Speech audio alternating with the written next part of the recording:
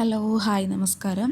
അപ്പോൾ ഒരുപാട് നാളത്തെ ഒരു ഗ്യാപ്പിന് ശേഷം ഞാൻ വീഡിയോസായിട്ട് വീണ്ടും എത്തിയിട്ടുണ്ട് കേട്ടോ. അപ്പോൾ ഇത്രയും നാളും ഒരു ബ്രേക്ക് എടുത്തത് മറ്റൊന്നും കൊണ്ടല്ല, എൻ്റെ ചാനൽ സിംനാസ് ഫുഡ് വേൾഡ് എന്നുള്ള ഈ ചാനൽ യൂട്യൂബിൽ മോണിറ്റൈസ് ആയിട്ടും പിൻ നമ്പറും ഒക്കെ കിട്ടാത്ത കുറച്ച് പ്രശ്നങ്ങളൊക്കെ ഉണ്ടായിരുന്നു. അപ്പോൾ ഏകദേശം ആ പ്രശ്നങ്ങളൊക്കെ ഒന്ന് സോൾവായി വന്നിട്ടുണ്ട്. അപ്പോൾ ഇതുവരെ ഞാൻ വീഡിയോസ് ഇടാതിരുന്നിട്ടും ഇതുവരെ എന്നെ സപ്പോർട്ട് ചെയ്ത എല്ലാവർക്കും ഒരു ബിഗ് താങ്ക്സ് ഉണ്ട്. അപ്പോൾ ഇനിയും നിങ്ങളുടെ സപ്പോർട്ട് എനിക്ക് ആവശ്യമുണ്ട്. നിങ്ങളെല്ലാവരും എന്നെ സപ്പോർട്ട് ചെയ്യുമെന്ന് പ്രതീക്ഷിക്കുന്നു. അപ്പോൾ ഇനി നമുക്ക് തുടർന്ന് വീഡിയോയിലോട്ട് കിടക്കാം. അപ്പോൾ ഇന്ന് ഞാൻ വന്നിട്ടുള്ളത് സിമ്പിളായിട്ട് നമുക്ക് ഗോതമ്പിൻ്റെ പൊടി വെച്ച് എങ്ങനെ ഒരു സിമ്പിളായിട്ട് ഒരു ഐസ്ക്രീം ഉണ്ടാക്കാം എന്ന റെസിപ്പി ആയിട്ടാണ് വന്നിട്ടുള്ളത്. അപ്പോൾ വീഡിയോസൊക്കെ കണ്ട് ഇഷ്ടപ്പെടുകയാണെങ്കിൽ എല്ലാവരും ട്രൈ ചെയ്ത് നോക്കുകയും അതുപോലെ ചാനൽ സബ്സ്ക്രൈബ് ചെയ്യാനും മറക്കരുത് കേട്ടോ. അപ്പോൾ നമുക്ക് പെട്ടെന്ന് തന്നെ ഈ ഐസ്ക്രീം എങ്ങനെ റെഡിയാക്കുമെന്ന് നോക്കാം.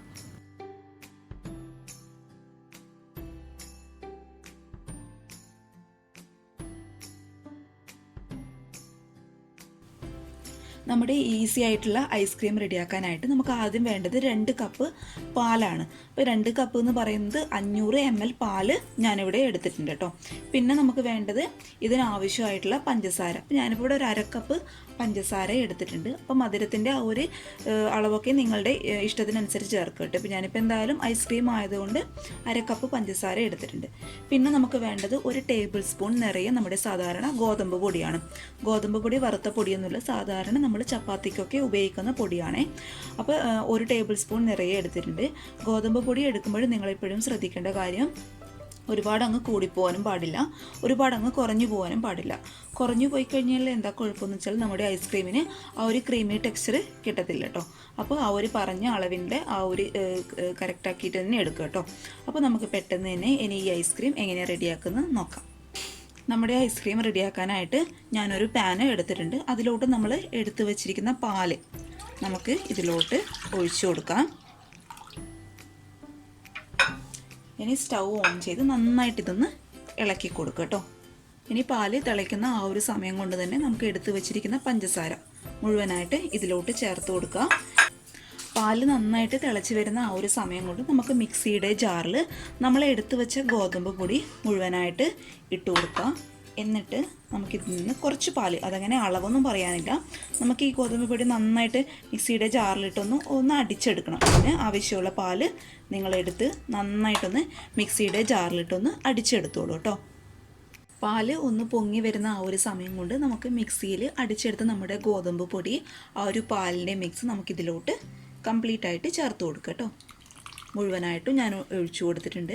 കൈവിടാതെ നന്നായിട്ട് അങ്ങ് മിക്സ് ചെയ്ത് കൊടുക്കുക കേട്ടോ. കാരണം ഇത് ഗോതമ്പ് പൊടിയൊക്കെ ആകുമ്പോൾ അറിയാമല്ലോ, പെട്ടെന്ന് അങ്ങ് അടി പിടിക്കാനുള്ള ചാൻസ് കൂടുതലാണ്. അപ്പോൾ നമുക്ക് നന്നായിട്ട് ഇതൊന്ന് മിക്സ് ചെയ്ത് കൊടുക്കാം. ഇത് തിളയ്ക്കുന്നതിനനുസരിച്ച് നമ്മൾ മിക്സ് ചെയ്ത് കൊടുത്തുകൊണ്ടേയിരിക്കും കേട്ടോ. നമ്മുടെ പാല് നന്നായിട്ട് കുറുകി വന്നിട്ടുണ്ട്. ഇനി നമുക്ക് കണ്ട ഈ ഒരു കൺസിസ്റ്റൻസി ആയിരിക്കണേ. ഒരുപാട് അങ്ങ് തിക്കാവാൻ പാടില്ല, എന്നാൽ ഒരുപാട് അങ്ങ് ലൂസായി പോകാനും പാടില്ല കേട്ടോ. ഈ ഒരു രീതിയിലൊക്കെ ആകുമ്പോൾ നമുക്ക് സ്റ്റൗ ഓഫ് ചെയ്യാം. ഇനി സ്റ്റൗ ഓഫ് ചെയ്താൽ നന്നായിട്ട് അങ്ങ് മിക്സ് ചെയ്യുക കേട്ടോ. കാരണം ആ ഒരു ചൂടിലിരുന്ന് വീണ്ടും ഇത് കട്ട പിടിക്കും. അതുകൊണ്ട് നമുക്കൊരു 2-3 മിനിറ്റ് ഇങ്ങനെ ഒന്ന് ഇളക്കി കൊടുക്കാം. അപ്പോൾ നമ്മളിത് നന്നായിട്ട് ഇളക്കി വെച്ചിട്ടുണ്ട്. ഇനി നമുക്കിത് ഫ്രീസറിലോട്ട് വെക്കണം. അതിന് മുന്നേ നമുക്കിത് എന്ത് ചെയ്യണം, നന്നായിട്ടൊന്ന് ചൂടാറണം. ചൂടാറിയതിന് ശേഷം മാത്രമേ നമ്മൾ ഫ്രീസറിൽ വെച്ച് കൊടുക്കാൻ പാടുള്ളൂ. അപ്പോൾ ഇത് ആദ്യം നന്നായിട്ടൊന്ന് ചൂടാറട്ടെ കേട്ടോ. നമ്മുടെ ഈ ഒരു മിക്സ് നന്നായിട്ട് തണുത്തിട്ടുണ്ട്. ഇനി നമുക്കിതിലോട്ട് ഫ്രീസറിലോട്ട് വെക്കുന്നതിന് മുന്നേ ഒരു ടീസ്പൂൺ നിറയെ വാനില എസൻസ് കേട്ടോ ഇതിലോട്ട് ചേർത്ത് കൊടുക്കുക. ഇനി നന്നായിട്ട് നമുക്കിതൊന്ന് മിക്സ് ചെയ്യാം.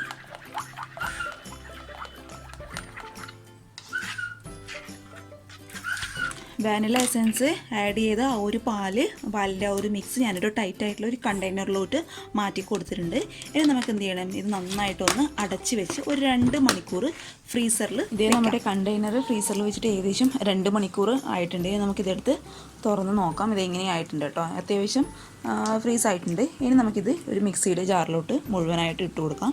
ഇനി നിങ്ങൾ എന്താ ചെയ്യേണ്ടതെന്ന് വെച്ചാൽ 1-2 സെക്കൻഡ് ഒന്ന് കറക്കിയെടുക്കുക, വീണ്ടും ഓഫ് ചെയ്യുക. ഒരുപാട് അങ്ങ് ഇട്ട് അരയ്ക്കരുത് കേട്ടോ. ഇങ്ങനെ ചെയ്യുന്നത് നമ്മുടെ ഐസ്ക്രീം നല്ലൊരു ക്രീമി ടെക്സ്ചർ കിട്ടാൻ വേണ്ടിയിട്ടാണ്. അപ്പോൾ ഞാനിത് പെട്ടെന്നൊന്ന് അടിച്ചെടുത്തിട്ട് വരാം. നന്നായിട്ട് ഞാൻ മിക്സിയിലിട്ട് ഒന്ന് കറക്കി എടുത്തിട്ടുണ്ട്. ഇനി നമുക്ക് വീണ്ടും ഇത് പഴയ ഒരു കണ്ടെയ്നറിലോട്ട് ഒഴിച്ചു കൊടുത്ത് ഫ്രീസറിൽ ഓവർനൈറ്റ് വെക്കാം കേട്ടോ. അപ്പോഴേക്കും നന്നായിട്ട് സെറ്റായിട്ട് വന്നിട്ടുണ്ടാവും. അപ്പോൾ ഞാനിത് ഫ്രീസറിലോട്ട് വയ്ക്കാൻ പോവുകയാണ്. നമ്മൾ ഇന്നലെ ഫ്രീസറിൽ സെറ്റ് ചെയ്യാൻ വെച്ച് നമ്മുടെ ഐസ്ക്രീം നന്നായിട്ട് സെറ്റായിട്ട് വന്നിട്ടുണ്ട്. നമ്മൾ ഐസ്ക്രീമൊക്കെ ഒരു ബൗളിലോട്ട് മാറ്റുന്നതിന് മുന്നേ ഒരു 5 മിനിറ്റ് മുന്നെങ്കിലും എടുത്ത് വെക്കും കേട്ടോ. അപ്പോഴാണ് നന്നായിട്ട് അത് ഒരു ക്രീമി ടെക്സ്ചറായിട്ട് നമുക്ക് കിട്ടുക. അപ്പോൾ നമുക്കിതൊരു ബൗളിലോട്ട് മാറ്റാം.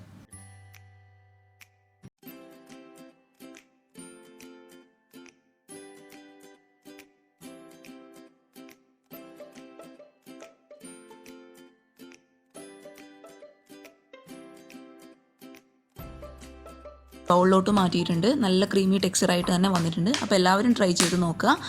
നമ്മളെ ഗോതമ്പ് പൊടിയുടെ ആ ഒരു ഫ്ലേവറൊന്നും ഒരിക്കലും ഐസ്ക്രീമിൽ ഉണ്ടാവില്ല കേട്ടോ. ആ ഒരു ടെൻഷനൊന്നും ആയിരിക്കും വേണ്ട. അപ്പോൾ എല്ലാവരും ട്രൈ ചെയ്ത് നോക്കിയിട്ട് അഭിപ്രായങ്ങളൊക്കെ അറിയിക്കുക. അപ്പോൾ അടുത്ത നല്ലൊരു വീഡിയോ ആയിട്ട് കാണും വരെ താങ്ക് യു.